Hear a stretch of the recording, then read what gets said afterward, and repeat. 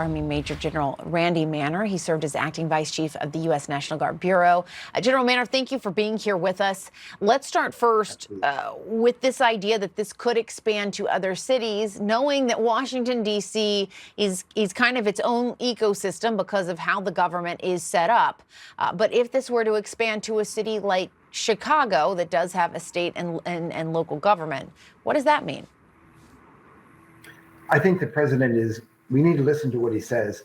It's very likely, in fact, I would say it's 100% certain that he will expand these operations into other blue cities, where in the same way that he did with Los Angeles, he will take those forces from the governor and put them on duty under his control. These are unfortunately legal orders. The challenge is it appropriate? In my 36 years of military service, this would never, ever have passed any consideration by the National Guard Bureau, let alone the Secretary of Defense or the President in my career. And tell people, what does the National Guard Bureau do? The National Guard Bureau is responsible for ensuring that the nation's National Guards are properly manned, equipped, and ready to go for combat operations overseas as our nation's nation's strategic reserve. And it's there to ensure that those forces are ready for the governors to be able to use their assets for disaster recovery, like hurricanes, forest fires, floods, and other natural disasters.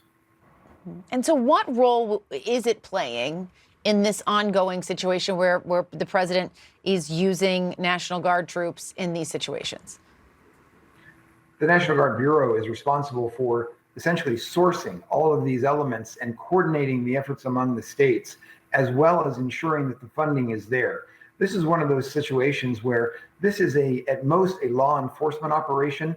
We have to remember that National Guardsmen are not trained whatsoever on these in terms of perhaps a few hours of training compared to months of training that police officers receive in law enforcement activities. And also we have to remember there is no money for this. Essentially, the National Guard Bureau is struggling right now to pull back money from the states, from their National Guards, to be able to pay for these soldiers, to the point that they're not even sure if all soldiers in the National Guard will be able to be paid in the month of September for their normal training activities. So this is something where, again, is it legal? Yes. Is it appropriate? Absolutely not. And so to that end, the president has said he could issue this national emergency declaration to keep those troops in D.C. As you're talking about these potential longer-term consequences, what might those long-term consequences be for the National Guard if such a move was taken? The number one impact is that it reduces our readiness of our National Guard to be able to respond to both emergencies that are overseas to defend our nation as a strategic reserve, as well as it reduces the governor's ability to react to natural disasters.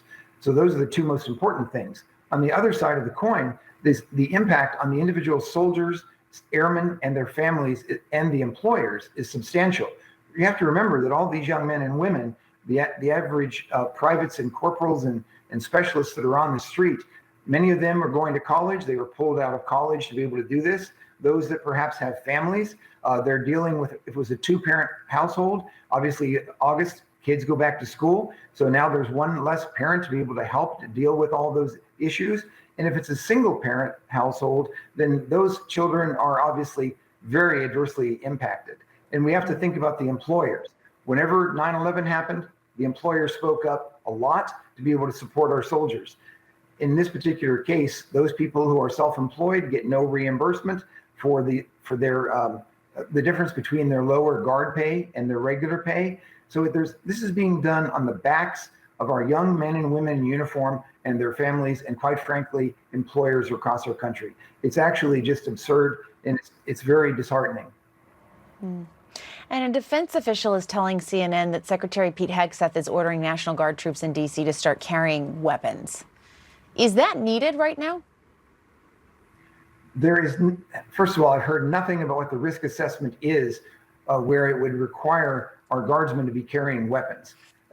That is something that is logically tied to, if it's a high threatened situation where the guardsmen are in danger for some reason, well, then that might be justifiable. But here's the point.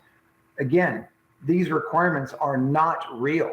And I had to emphasize that. There is no logical reason to have a guardsman armed with ammunition on the streets of District of Columbia. Our soldiers are trained to close with and destroy the enemy. Last time I checked, that's not happening in DC. It's not Afghanistan, it's not Iran, but it sure is starting to look like it, and it bothers me a lot about what's happening. All right, Major General Randy Manner, thank you for that context. Really important stuff. Thank you so much. Tonight, Israel is stepping up its attacks on Gaza as the IDF ramps up for a full takeover of the enclave's biggest city. This as a group backed by the United Nations warns a man-made famine in Gaza.